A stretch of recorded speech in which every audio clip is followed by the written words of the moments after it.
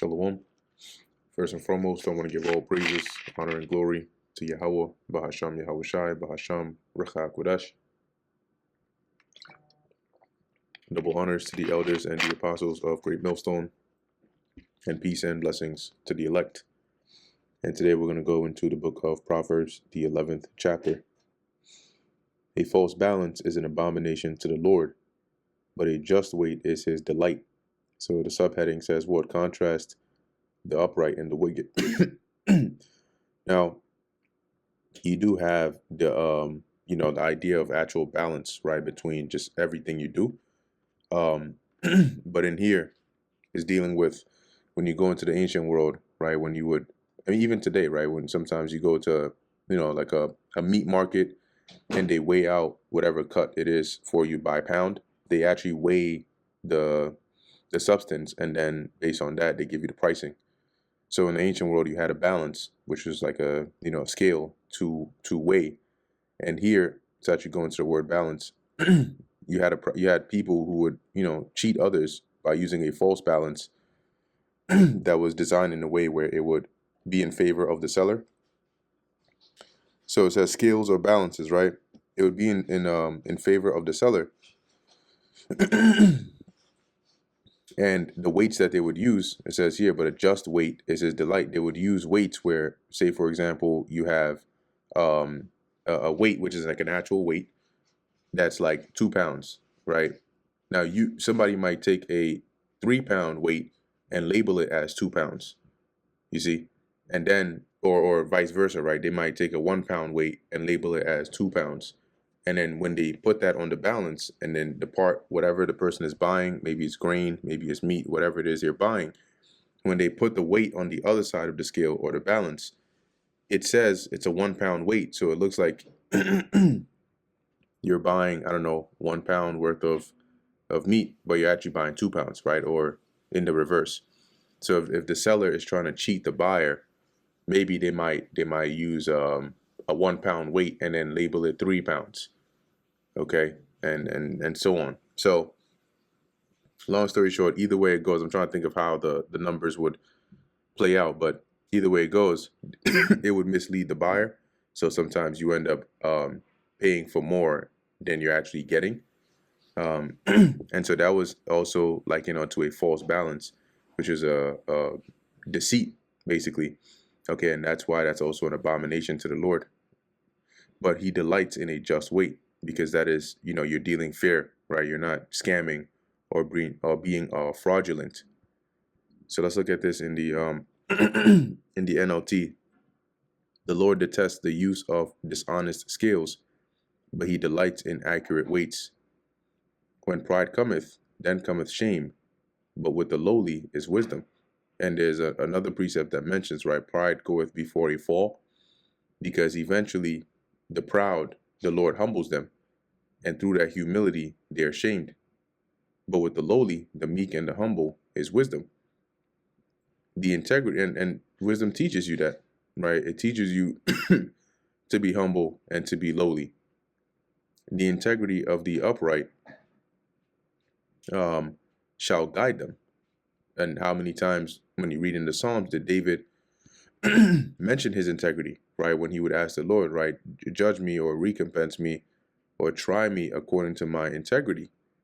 Because if you have integrity, let's go into that word integrity, and you live by that, you're going to be, found blameless. Oh, great. Okay, integrity means integrity. Wow, that's very helpful. Let's take a look at that over here. So it says the quality of being honest and having strong moral principles or moral uprightness. And what are those principles based on? The ways of righteousness given by Yahweh, Bahasham Yahushai. Okay, so that moral uprightness and the ways of righteousness will uphold the upright, and it shall guide them. Because kind of like how Paul mentioned, he said the Gentiles which have not a law are a law unto themselves, meaning like their conscience tells them what's right and what's wrong. A man of integrity, his mind, if it's trained in righteousness, will guide him to do what's right and stay away from what's wrong. It says here, but the perverseness of transgressors shall destroy them. So the opposite is true. The inverse of that, which is a perverse mind trained in wickedness, brings forth transgressors, and that is going to destroy them, because it's going to instruct them on what to do, but that is going to be to their destruction or their demise. Verse 4, riches profit not in the day of wrath, but righteousness delivereth from death. This wrath is the wrath of the Lord, because you know somebody may be angry at you, but you might be able to pacify them with money. How many times do you see like somebody borrows money, or somebody wrongs somebody else, and they're able to pay them off, right, to leave them alone? But when it comes to the wrath of the Lord, the Lord, he created gold, he created silver, he created the things that you use, and you as well. You're not going to be able to pay off a famine. Here it is. Judgment is coming your way, and you pull out a $20 bill. You tell them, look, I give you 20 now, and if you leave me alone, I might sweeten the pot and throw in another $5 on top of that. And the judgment is like, oh, hold up. Opens up his wallet and then puts in the money. No, okay, you can't escape the wrath of the Lord with money. But what righteousness is what delivers from death. When you look at Noah, Noah wasn't saved because he was rich in money. It said he found grace in the sight of the Lord. Why? Lot, when Lot was delivered, it said he was just, not rich. It didn't say rich Lot, vexed with the filthy conversation, ended up being delivered. It said just Lot, which is righteous. Okay? The righteousness of the perfect shall direct his way, right? It's going to lead you. It's kind of like verse 3. But the wicked shall fall by his own wickedness. Because the same very wickedness that the wicked follow after to gain whatever it is they're seeking, they don't realize that the side effects of that is death and destruction. Verse 6, the righteousness of the upright shall deliver them, but the transgressors shall be taken in their own naughtiness, right? It's the same point that's being made here, reiterated in different words. When a wicked man dieth, his expectation shall perish. So all their plans, the things they have plotted, it all goes to the grave with them. And the hope of unjust men perisheth, right? The things that they look forward to, because they just like righteous, the wicked also look forward to things, except the wicked look forward to things going in their favor in wickedness. But that's going to perish. The Lord is going to bring their counsel and their expectations to naught. The righteous is delivered out of trouble, and the wicked cometh in his stead. See, so an undesirable fate that may look like it's about to befall the righteous, the Lord will have it to where that righteous is delivered from it, and instead it comes upon the wicked. Right? I'm trying to see one example, right? Let's take one example here. And this isn't like a direct correlation, but if you look at Antiochus Epiphanes, at his death, Antiochus, before dying, was on his way to go and destroy Israelites and to torment them. And he was speaking so proudly against it. And guess what? The Lord delivered them and actually returned judgment, incurable, painful judgment on Antiochus himself. Okay? So, as it says, the wicked cometh in his stead.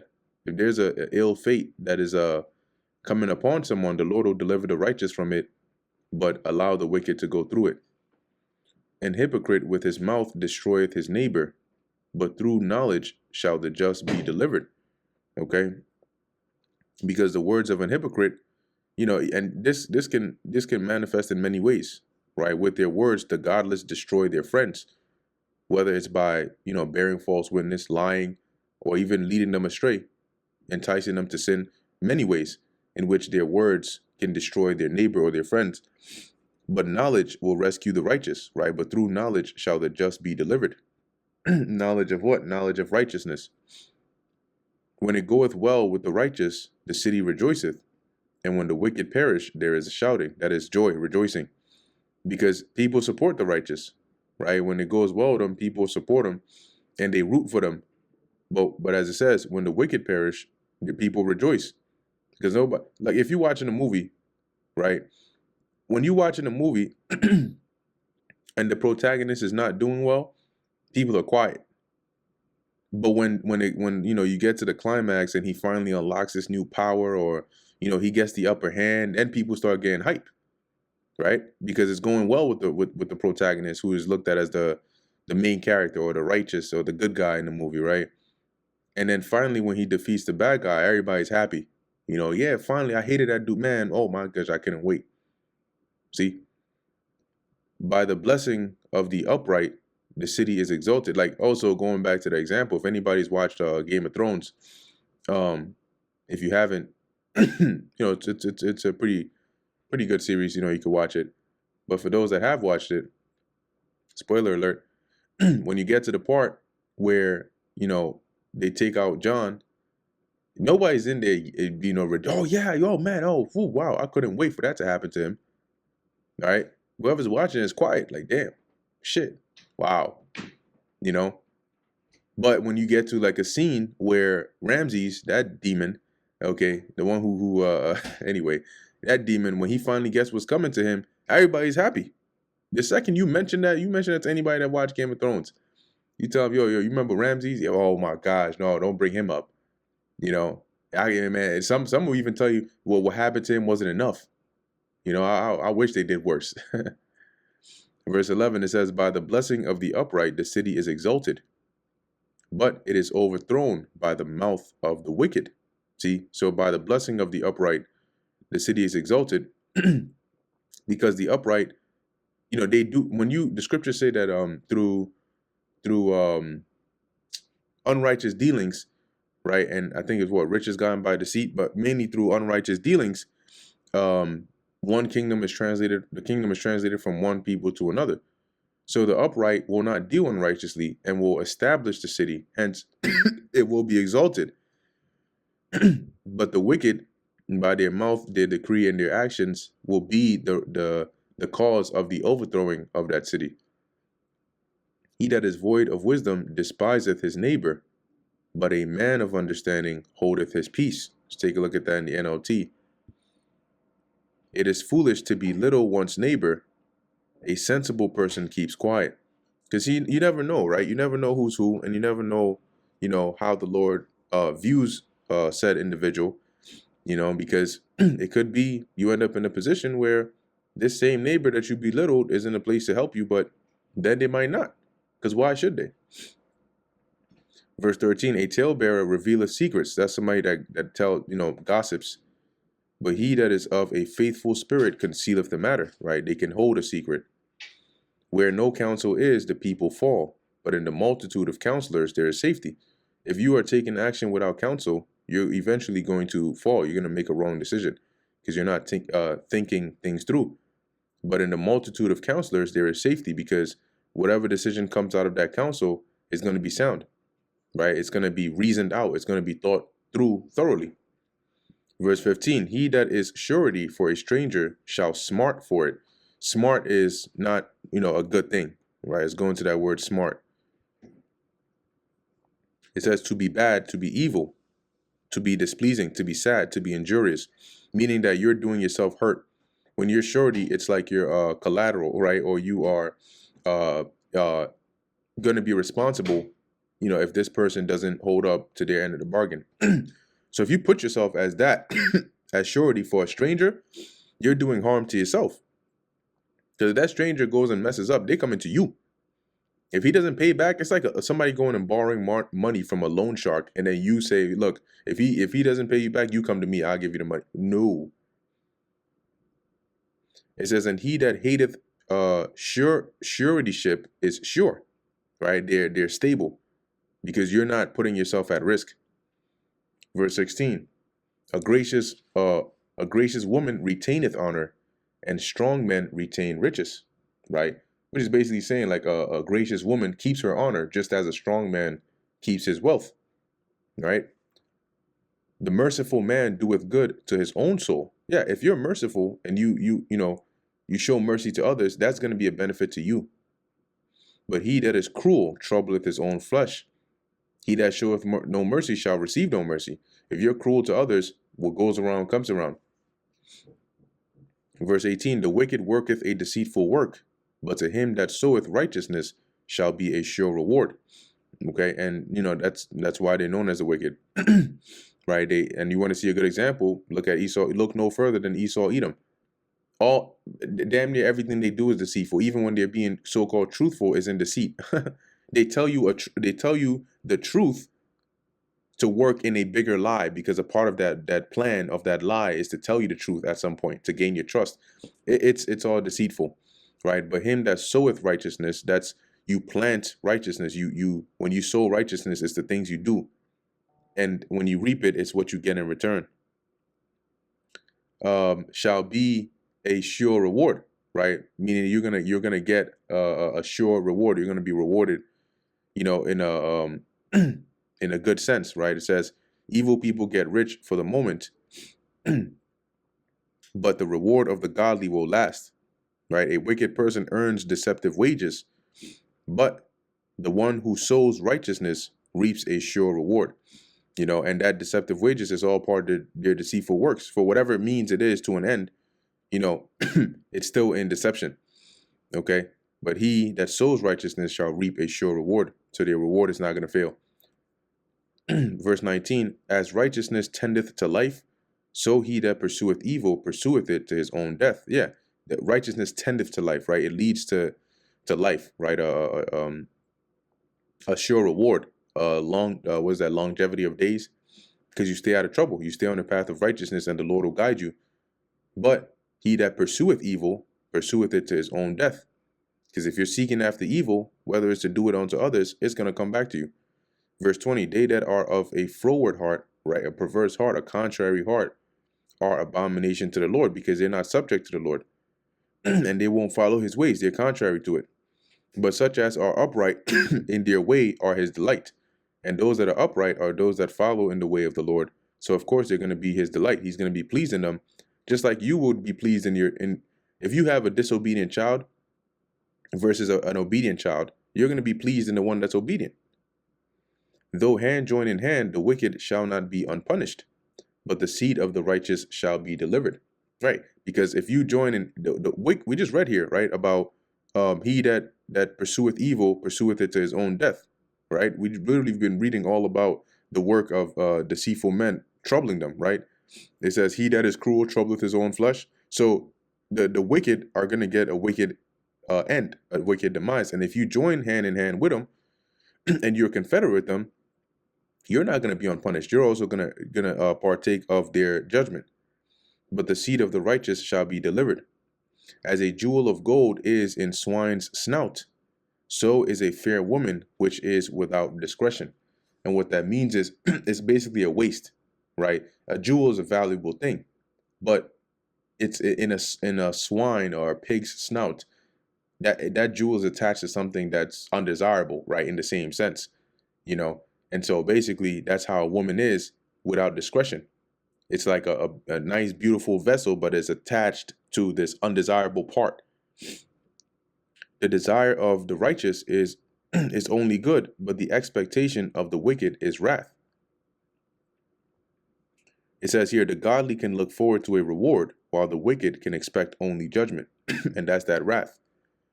Once again, you reap what you sow.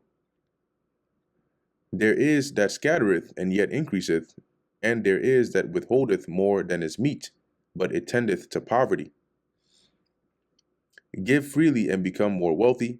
Be stingy and lose everything. Look in that, the NIV, it says, one person gives freely, yet gains even more, right? That's the scattereth. Another withholds unduly, but comes to poverty. So you're stingy, or you're holding back, penny pinching, and you would think that you would save more, but you end up losing more. The liberal soul shall be made fat. Oh, in fact, in Ecclesiastes 12:1, it says that, right? Cast thy bread upon the waters, and you will receive it again.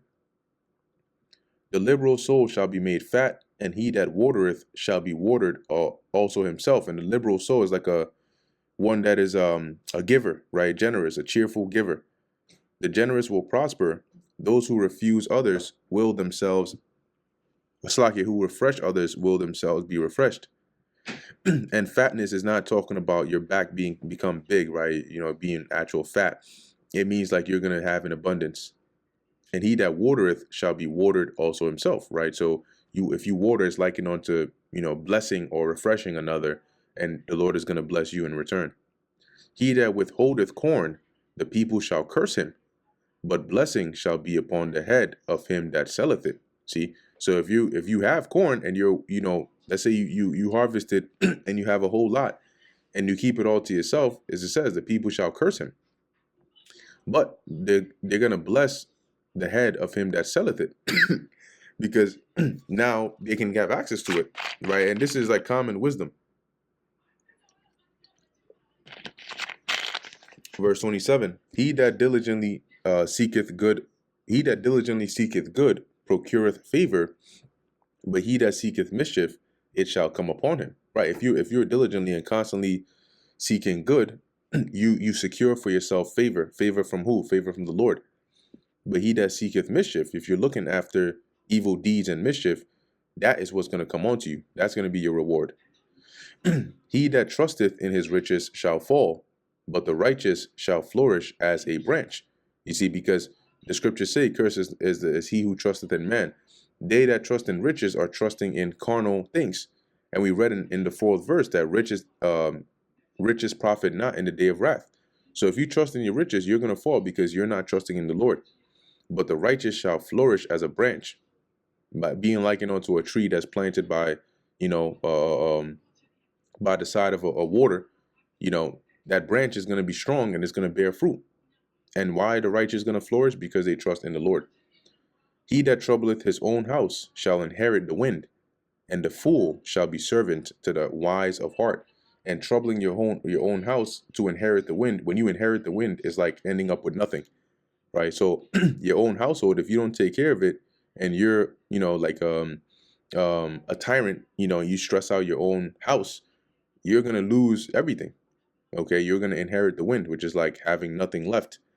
And the fool shall be servant to the wise of heart, because he that is wise is gonna move in the way of wisdom and be promoted above him that is a fool. The fruit of the righteous is a tree of life, and he that winneth souls is wise. It says here, the seeds of good deeds become a tree of life.